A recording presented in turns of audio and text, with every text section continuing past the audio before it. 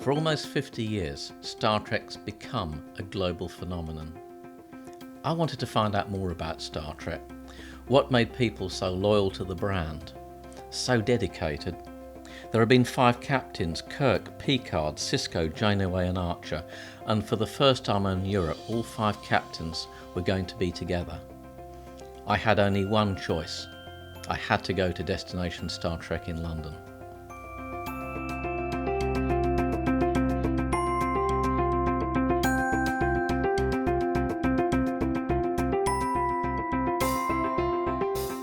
At the media briefing, we got close to William Shatner, who played Captain Kirk, and Avery Brooks, who played Captain Sisko. Unfortunately, we didn't get to talk to them. I did, however, manage to worm my way onto the bridge, and I even sat in the captain's chair. Well, it was probably a fake chair because I couldn't get the photons and phasers to work. The door might have been fake as well, because no matter what, I couldn't get it to open for me.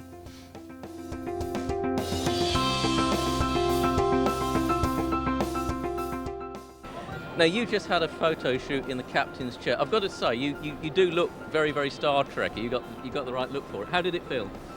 Wonderful. I mean, it's one of the first times that they have such a suit. I had one in the TNG, the Next Generation bridge, a few years ago. This is great. This is like a dream come true for me. That's amazing. I love that. Okay. Does it stick on? Can I? It's double-sided sticky tape. Yeah. Brilliant, It's marvellous isn't it? stuff. What's on the other side? Oh, I like that. Can you see that? That's superb. Okay. What are you dressed as? Because I don't understand Star Trek. You need to explain that. Oh, right. Well, this is the original series movies. Yeah. So the original cast movies. So this is uniform. like 1979, 81 vintage, something like that, is it? Yeah, the sort of not motion picture, Rothacon up till Star Trek 6. This is a tricorder that was used in the original series, so it was a science officer, the instrument to test geological or what's going on, or sometimes they talked into it. And it has little drawers that open up and little gadgets inside. That just looks so cool. So, it's all about the toys. Is this an original prop or is it a repro? This is from Diamond Select. It was made in the 1970s. I'm hoping to get this signed by a few. Now that is an antique. That is an original BBC That's an original Star Trek. BBC shoot. Star Trek. God, I remember those. How long did it take you to put that on? 1.5 hours. 1.5 hours. Yeah. What is it? Does it come off easily or? No, not at all. Look, give me a hand. It doesn't smudge at all. Oh wow! It's just water-based. I've just seen you getting friendly with the Klingons. That's very unusual practice, isn't it? It is. It's all part of the Federation alliance with the Klingons. It's a treaty we signed with them recently. You know, I almost believe you. You didn't need to use your phaser on them either. One-armed combat, that's what we've trained in. You probably only have one arm if you fight those two. That's true. What attracts girls to Star Trek? Well, I have a science background, so I've always loved it, and I love sci-fi. Has always been a big part of my life, so this is no different to me. Is it a lifestyle thing for you two? No. It's just a bit of fun. I mean, yeah. It was actually a surprise present. She's more of a Trekkie than me. But yeah, it's just a little holiday from reality, isn't it? You know, a couple of days. Who's your favourite captain? Picard. Kirk. Why? Kirk is so sexy, and he's old, and he's also sexy. Old sexy? Yes, and Sexy grandpa. you know. And in the end of every episode, he take off his shirt, and that's why we love him. No, I'll bear that in mind. That's a really useful tip. Thank you. How long does it take to do your ears? Well, it took about an hour and a half today. and since this is the first time I've done it in a long time, I can't say what the average is. It's a wonderful story. It's always about the story. It's never about the special effects and the explosions and the bug-eyed monsters. The show assumes that I'm smart enough to understand it. And you just have to respect that, and you fall in love with something like that. I mean, I'm not the kind of person that has like Star Trek sheets and Captain Kirk underwear and stuff, but Just a uniform. Just a uniform, yes. And we haven't been to one since we were boys together, and this was just a very special trip. It's our midlife crisis on planet Zebulon, I guess. One of the highlights of the convention was a Klingon wedding.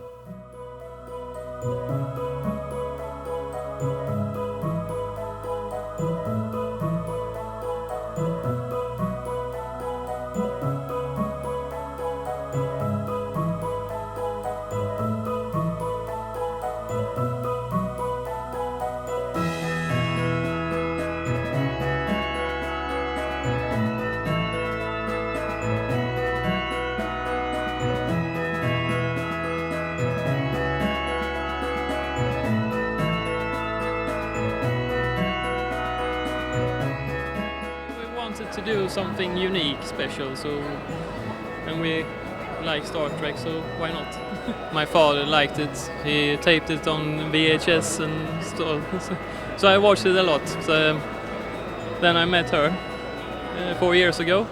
She was not so fond of it, so I made her watch.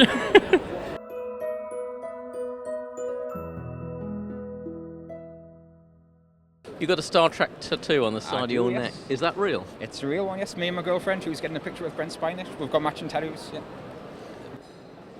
Nupaka push pa Nupaka push pa. That's it. And that's the most important thing a Klingon needs to know when they come to a new place. What does it mean? It means, where is the toilet? What are you dressed as? I'm an Andorian. In Andorian? I am indeed. Has it taken long to put on? About an hour. Give us a twirl, let's have a look.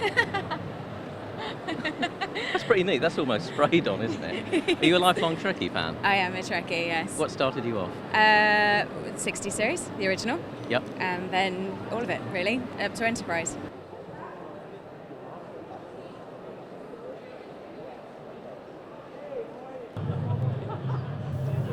For some reason, this couple wanted me to take their picture by a big orange door.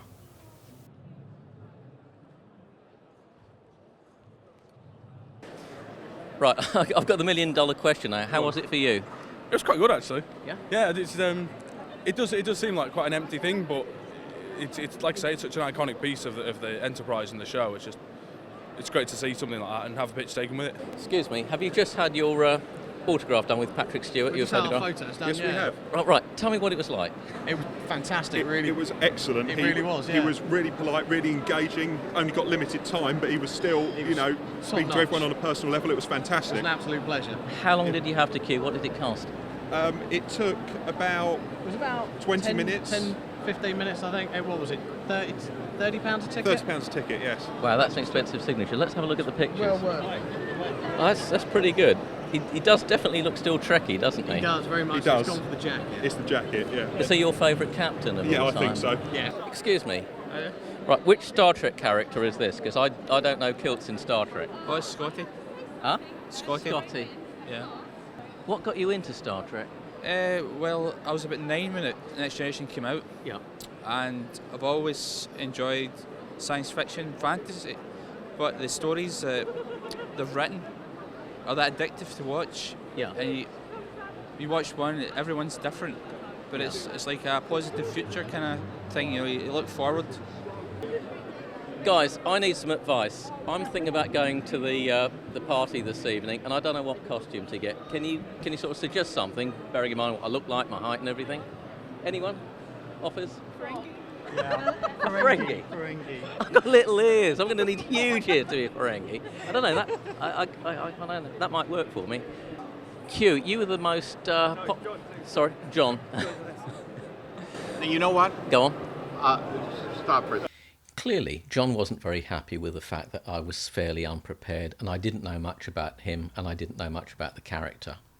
He wasn't prepared to talk anymore until I'd gone and done some more homework. John, you told me to go out and find out about Q before I'd come back and talk to you. Yes. I've So got you- my you very really good friend. found somebody who knows. Yeah. I found someone who knows all about Q. Probably more than I know. Well, originally you started off as a fairly authoritative, scary character, but a very, very, very light villain, and that sort of became softer as the series progressed, didn't it? I brought in a fair amount of humor into it. Right. Was that your own influence? Yes. I mean, and then they began writing for it. How lenient were the sort of producers in allowing that, or the directors rather? Well, I had to say the same words, but you can say you can give a spin to any line, so it doesn't come quite, it doesn't come out quite the same way as it might have been written. Is it a role that you enjoyed playing? Oh yeah, very much. Yeah. And who was your favourite actor within Star Trek? I think that Patrick and I probably had the best scenes together. Yes. Yeah. Star Trek was a show that triumphed in its humanity and gave us a sense of we could have a future where people of all races, religions, cultures could all get together. Very positive message. What was it like working with Gene Roddenberry? It was fine. I didn't work with him that often. He didn't come down to the set that regularly. But he's a very congenial man, and it was fun to be around. So it was a very pleasant experience. What was the atmosphere like when you were recording those series back in the 60s on set? We had a good atmosphere. There were a lot of laughs, you know. Bill was usually the progenitor of the laughs, and we sort of followed his lead. Did you socialise together as well as act together? Was it? Did the job take over your life? Well, the answer to those questions are sort of contrary. We didn't socialize that much together. Okay. We see each other at parties, we see each other at conventions. On the other hand, it did take over my life. My life would, I don't know what it would have been, but it certainly would have been different than it is now. I'm fairly sure that I wouldn't have been an actor at this juncture had it not for Star Trek. You know, it's kept me going in this direction for a long time. So it's had an extraordinary significance in my life. And as I turned a corner, I found some autograph booths. We could see Patrick in the distance, but we weren't allowed to approach any closer with the cameras.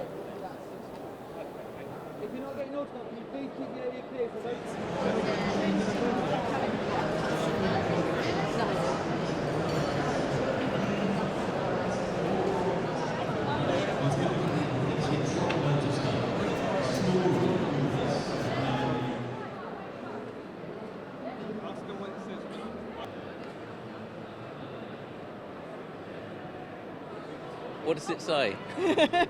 Well, not much. She just gave us her autograph, and we got it personalized, and a lot of the captains don't do that, so that's pretty special. What's she like then? Super nice. Busy, obviously, but very nice. How do you feel? Has this changed your life? No, not at all, but I'm very satisfied. I'm very happy with it. It's a nice one for the collection. Excellent.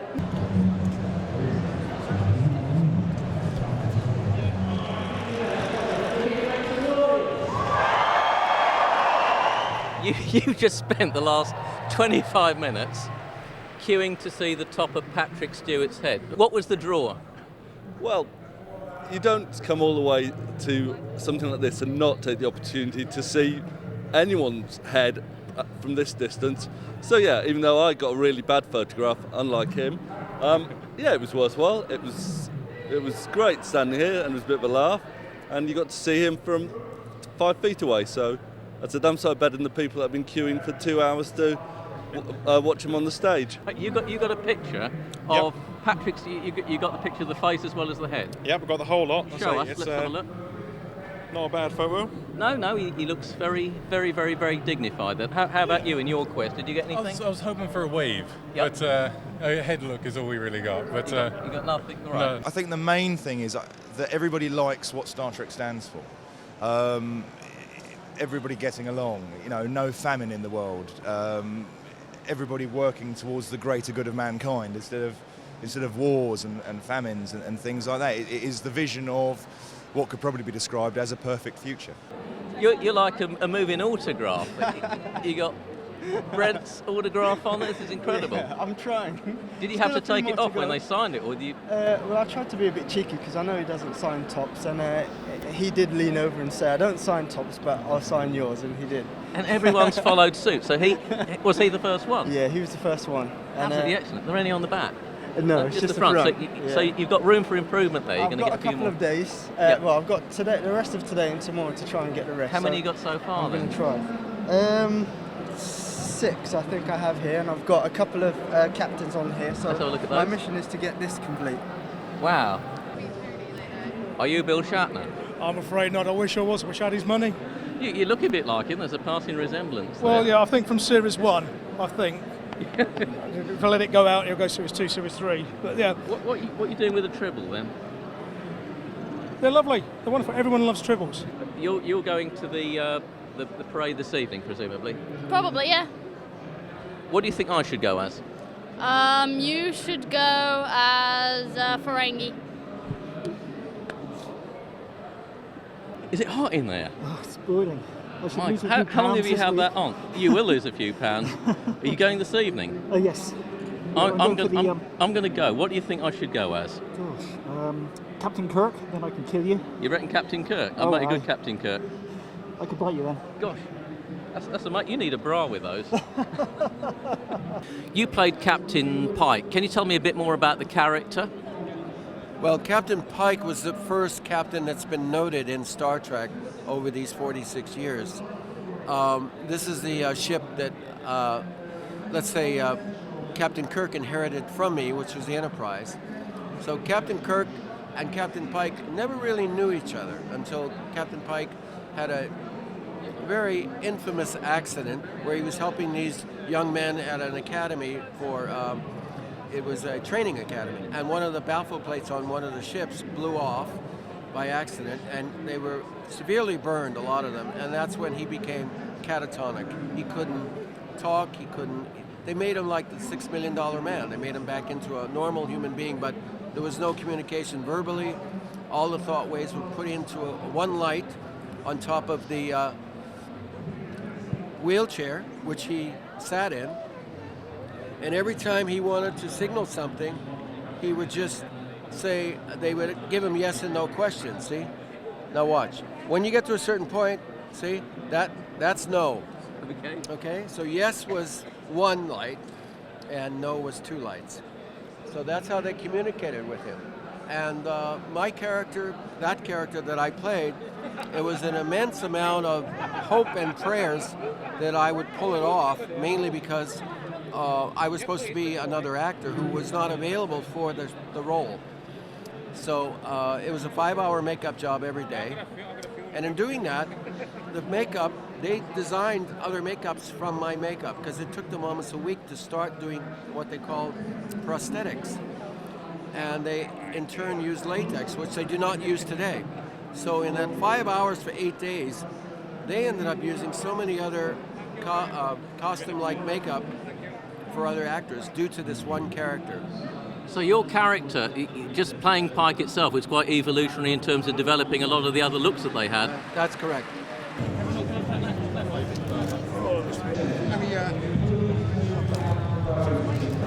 What's this then? Hey, does anybody have a camera?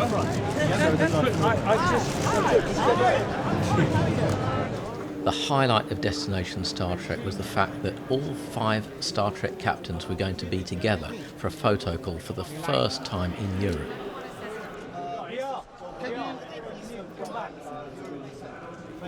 One by one, the captains lined up. Captain Kirk, Captain Janeway, Captain Sisko, and Captain Archer. Nervously, we waited for Captain Picard to arrive. The cameras flashed. We all waited. Where was Captain Picard? He's not coming. Come on, Patrick. Oh. You're kidding. Don't clap, please. Patrick's not coming. Don't know. All right, guys, in the middle, please, all together. Sorry, mate.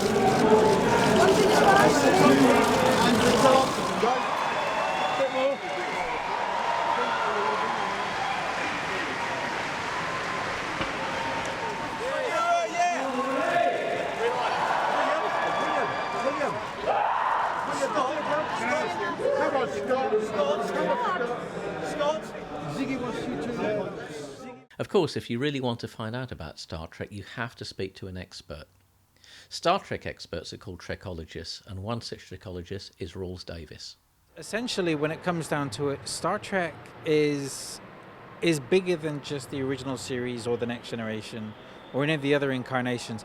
It's the message that it promotes, the idea that it promotes.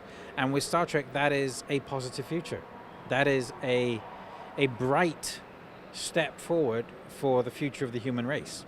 Sure, I mean, I'm thinking back to when I was a kid and I looked at the first series. You had it set against a backdrop of the Cold War with Russia, the Vietnamese War, and at the same point, the one positive thing that was going on was originally the Mercury, the Gemini, the Apollo space programs and so on, and that was the hook I had. And of course, Star Trek came along and you saw different races mixing together. You had Japanese, Russians, Blacks, guys, the whole lot. Yeah, it was revolutionary.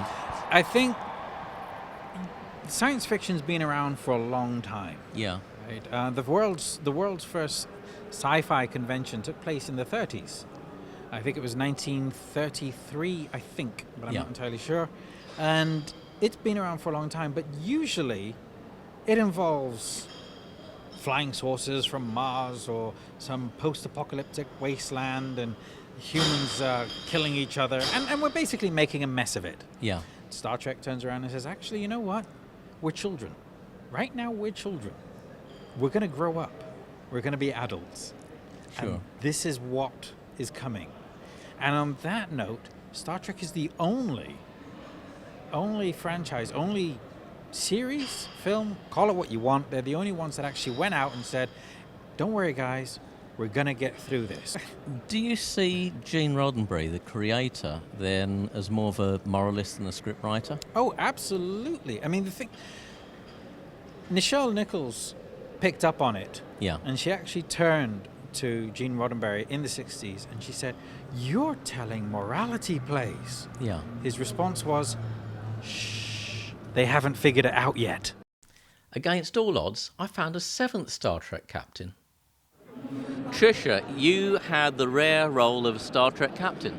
I do indeed. The only woman captain of the USS Enterprise. How did that make you feel? Just terrific. You should have been there. When I sat in the captain's chair, it was like the whole world. They had these projections in front of me, and I'm sitting in the chair that has all the buttons on it, for pushing photon torpedoes and everything. It was like another world, and Star Trek constructed it for me. I fell right in. Were those programs fun to shoot? I imagine they were very hard work, but I guess you might have had a laugh or two doing them too? Oh, for sure. Most of the people all of the people that I worked with were lovely to be with, just as people, but when they became the characters, it was really exciting. There's a picture of you outside as a Klingon as well, is that right? That's right. Yep. How did that come about then? Well, I'm not sure how it came about. I was associated with the Star Trek group, and I think the placement, they often brought back people that they enjoyed working with, and we'd have to come back as different people. It was the history of Star Trek is very structured. And sometimes you can come back in the wrong time zone or something like that, so they're very careful about how they do things. But playing a totally different character, that's fair. So you can come in and do one thing or another on occasion. You put on a rubber head.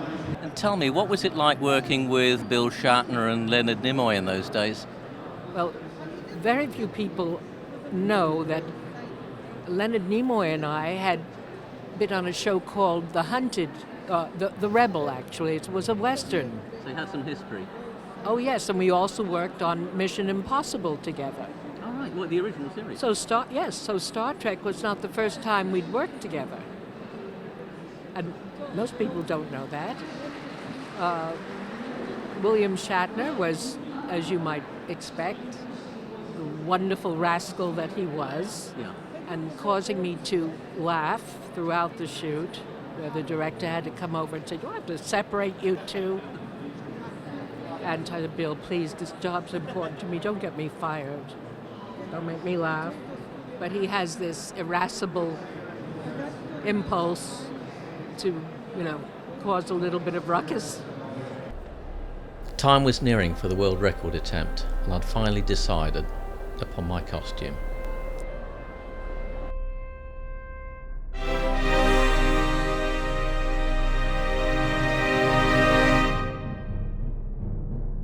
I was a starship captain, which unfortunately made me very easy prey for the Borg. I'll be assimilated. You're not going to be in the Guinness Book of World. It's not going to make it though, is it? We're 1,040 is the record, and probably 30 turned up for the fancy dress parade. Although I wasn't sure how many people we needed to get together to break the Guinness World Record, having spoken to my Borg friend, things weren't looking good. Well, these are my new best friends, because they're teaching me all about the culture of Star Trek, and I've been assimilated. So you're a newbie. Yes, I'm an absolute newbie. You're more of an ensign. What rank have you got on your... You've got He's a Captain captain. Pitt, and Yeah. he's an ensign, really. He went straight to the top. Listen, if you don't try, you don't get. Yeah, that's true. A lot of people flag on their CVs, don't they? So Yeah, when no, I say, no one's sussed me yet. I was a lieutenant commander, now I'm a captain. Exactly, I dropped out of school at 5, but no one knew. That's right, I'm just serving coffee because I like doing this. The other thing I've noticed is this whole Star Trek thing, it's not just a series. I mean, when you get to the stage where you're producing sort of manuals and so on how to build a spaceship. It's a virtual life, isn't it, really? Yeah. It's that effort that goes into the background, and it's almost as if the series has sort of been put on pause and the audience have taken over developing it. Absolutely, and that's what this kind of event's about, really, isn't it? They're kind of celebrating what they do with it, as opposed to watching it or experiencing it. They're seeing their stars, their heroes on stage to talk to and have photos with, but really it's about them expressing themselves and enjoying their fandom, which is really quite nice, I think, really. It's like football fans every weekend go and shout at some men on a field, they come here and dress up. What's the latest word on how many people are going to take part in the Guinness attempt? Well, as far as I know, everybody that I've spoken to thus far that has actually appeared in costume has said, yes, we're in costume because there's a record attempt. Yeah. That is the purpose of this. I don't actually know how many people will follow through, because having a record attempt at 6 o'clock in the evening, a lot of people are getting tired, a lot of people are, want to get out of this. They're X+1 officially now. That's fantastic. I'll be there doing my part. Are you doing your bit? Going back to the original Gene Roddenberry concept in, 1964, 65 or whatever? A little earlier, but yeah, they started filming in 64. Okay, is there any way that he would have foreseen the phenomenon, the global phenomenon it's now become? No, and certainly within his lifetime it was a phenomenon. It set records for convention attendance, for box office, for a science fiction film. The Star Wars films obviously did, incredibly well, but George Lucas always sort of blamed Star Trek for getting him into it. Sure. But Gene, he was interesting. He said that Star Trek has not changed the world. That he didn't buy that for a second. That it certainly affected people's lives, changed people's ways of thinking, got people to go into medicine or science or whatever it was, engineering, who probably wouldn't have if it hadn't been for Star Trek. But he said all you have to do is look at the fact that there's still slavery in some areas of the planet, that children are not treated well that's true. everywhere on the planet, women are not equal everywhere on the planet. He said we have a long, long way to go. Yeah. But he believed that as a race, the human race, and still in our infancy, as he used to say, just one step beyond throwing rocks at the moon out of fear. He said that we are better now than we were in the past, and that hopefully we'll be better in the future, and that was always his vision. So the message to take away is that underneath all of the nasty things that go on, there is an inner good, there's this prophetic, optimistic vision of the future. And Star Trek brings people from all faiths, all political backgrounds together, and they can have a weekend event like this with people from all over the world who they would probably never cross paths with otherwise, because they all believe that vision. And you're just crossing boundaries, you're stitching it all together. Yeah. That's fantastic. That's a good thought to take away with me. All right. Thank you.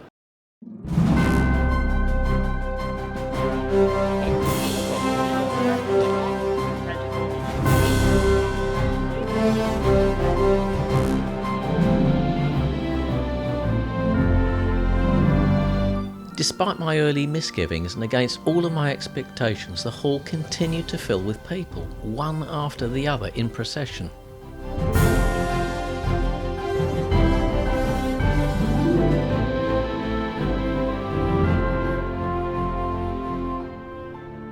What do you think our chances are? I think our chances are quite good, but it's going to be quite close. So do you know what we've got to beat? 1,000. 1,000. Yeah, so I think we could do it. Yeah. Still people coming in, so fingers crossed. Definitely. These fingers. Big hands. It's a big old queue, isn't it? It was, but we're quite passionate and quite dedicated, so we're gonna hang around. There only one in there, green guy. Yeah. I'm here. Hello. Hi. You sound very, very muffled. Well, I'm right here. You're part of the number. That's an incredible costume. That's really good. Thank you. Can I ask, God, you're tall, why are you walking around with a suitcase?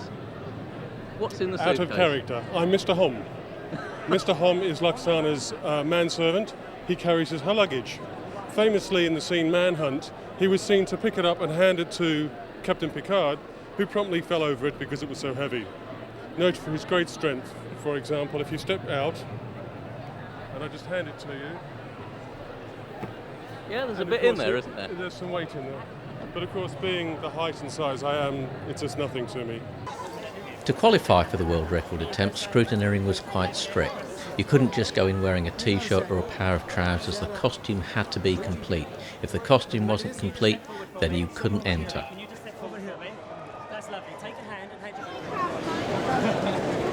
Once you're in, don't come out. Yeah, basically. Well, according to the Guinness books, you can't. You have to stay in. And then once we shut it off, 10 minutes, nobody can leave. Really? Nobody can come in, nobody can leave. Need a pen? Who's got a pen?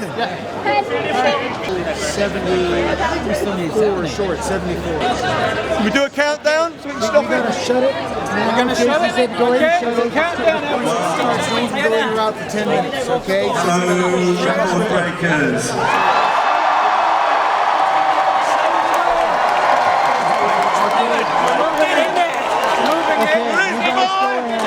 There's one more.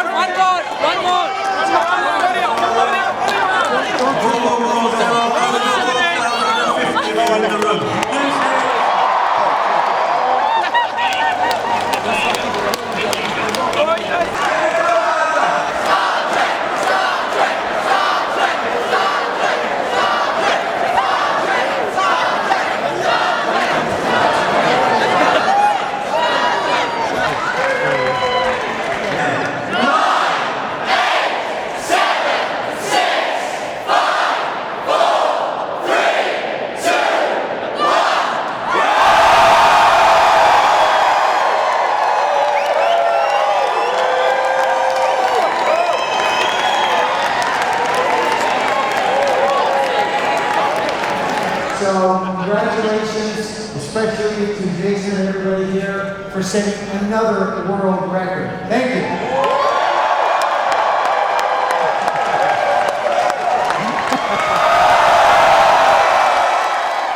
The numbers we had to beat were 1,041, okay? And that was the main agenda. Now, we topped 1,041, and we just, after that point, we stopped counting. I'll be perfectly honest, we just grabbed and we threw them in. Now, we have all the papers, the numbers will be recounted, the numbers will be verified, but it reached a point where we just started throwing people in, because once you've beaten it, you've beaten it. It doesn't matter, yeah. You've beaten it. I think, counting up all the tallies, I think our final numbers would probably be somewhere between 1,070, 1,077, not quite 1,100, but certainly far enough in advance of the next group who's going to come and try and take this. I think it's probably going to sit with the UK for some time now. As the evening drew to a close, I made my way home, but I paused to reflect upon what I'd actually learnt about Star Trek. Certainly, here were people who'd come together from different continents to celebrate a vision which had endured for 50 years and brought them together, perhaps echoing Gene Roddenberry's prophetic future, in which hope and innovation were celebrated. Certainly, for one thing, it brought out the child in me and the child in my companions. It's got to be a good thing.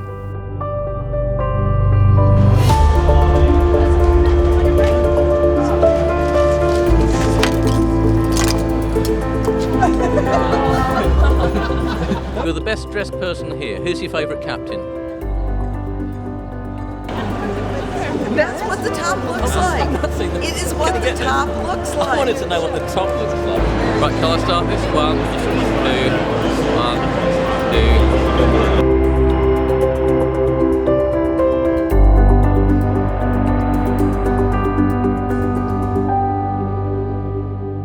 2. What's the weather like up there? So you're going to the Guinness World Record attempt this evening? Without a doubt. So am I. Are you? Yeah, what do you think I should go as? Ferengi.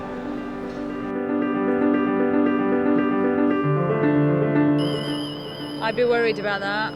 Yeah, I'm pretty spooked, thank you. Long live and prosper. We love Star Trek.